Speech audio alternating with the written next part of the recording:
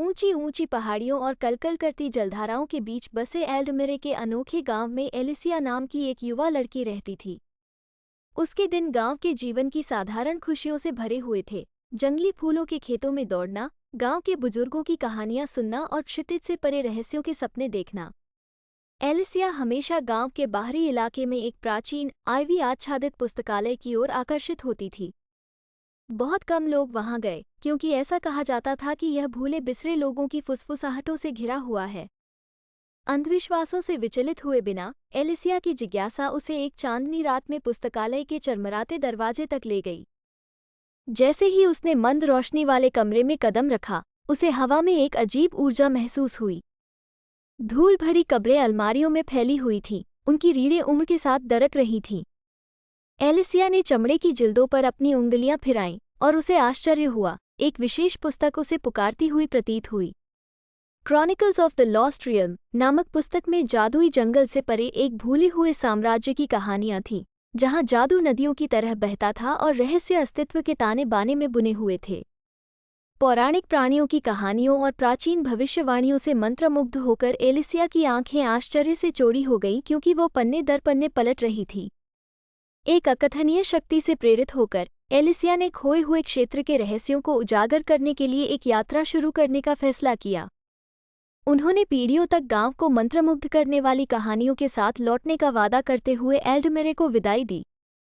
उसका रास्ता उसे रहस्यमय जंगल से होकर ले जाता था, जहां चमकते जुगनुओं ने उसका रास्ता दिखाया था। अपनी यात्रा के दौरान उसकी मुलाकात एक बुद्धिमान बूढ़े ऋषि से हुई जिसने एक पहेली द्वारा संरक्षित एक छिपे हुए पोर्टल के बारे में बात की। अपनी योग्यता साबित करने के लिए दृढ़ संकल्पित एलिसिया ने प्राचीन ओक के पेड़ के नीचे पहेली पर विचार किया। साहस से भरे दिल के साथ एलिसिया ने पहेली को हल किया और उसके सामने खोए हुए क्षेत्र का एक झिलमिलाता पोर्टल दिखाई दिया। जैसे ही उसने कदम रखा, हवा बदल गई और दुनिया ऐसे रंगों के बहुरूपदर्शक में बदल गई जिसकी उसने कभी कल्पना भी नहीं की थी।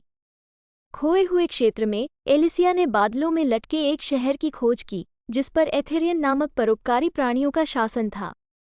उन्होंने खुली बाहों से उसका स्वागत किया, अपना ज्ञान साझा किया और खुलासा किया कि उसे इस क्षेत्र के भाग्य में एक महत्वपूर्ण भूमिका निभानी तय थी। भविष्यवाणियों से प्रेरित होकर एलिसिया ने लंबे समय से खोए हुए हार्टस्टोन को पुनः प्राप्त करने की खोज शुरू की, जो कि क्षेत्र के जादू का स्रोत था, जिसे सदियों पहले एक दुष्ट जादूगर ने चुरा लिया था। रास्ते में उसने पौराणिक प्राणियों के साथ गठजोड़ बनाया, प्राचीन पहेलियां सुलझाईं और उन छायाओं का सामना किया जो क्षेत्र के भूले हुए कोनों में छिपी थीं। जैसे ही एलिसिया चोरी हुए हार्टस्टोन के स्थान के पास पहुंची, उसका सामना जादूगर के गुर्गों से हुआ, जो चोरी के जादू से प्रेरित अंधेरे जीव थे। एक भयंकर युद्ध शुरू हुआ और अपने नए सहयोगियों की सहायता से एलिसिया ने जीत हासिल की, हार्टस्टोन को पुनः प्राप्त किया और खोए हुए क्षेत्र में संतुलन बहाल किया। हालांकि यात्रा ने उसे बदल दिया था।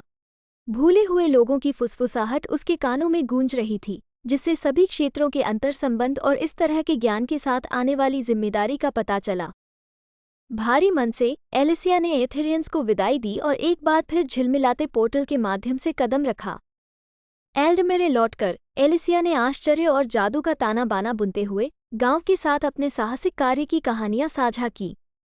एक समय संशय में रहने वाले ग्रामीण अब उसके चारों ओर इकट्ठे हो गए, खोए हुए क्षेत्र की कहानियों और उसके द्वारा सीखे गए सबक से मंत्रमुग्ध हो गए। जैसे ही एलिसिया ग्रामीण जीवन में वापस आ गई, आइवी आच्छादित पुस्तकालय सामान्य से परे ज्ञान चाहने वालों के लिए तीर्थ स्थान बन गया। भूले हुए की फुसफुसाहट, जो अब एलिसिया की कहानियों के साथ जुड़ी हुई है, पीढ़ियों तक गूंजती रही, जिससे ये सुनिश्चित हुआ कि खोए हुए क्षेत्र का जादू एल्डमेरे के निवासियों के दिल और दिमाग में बना रहे।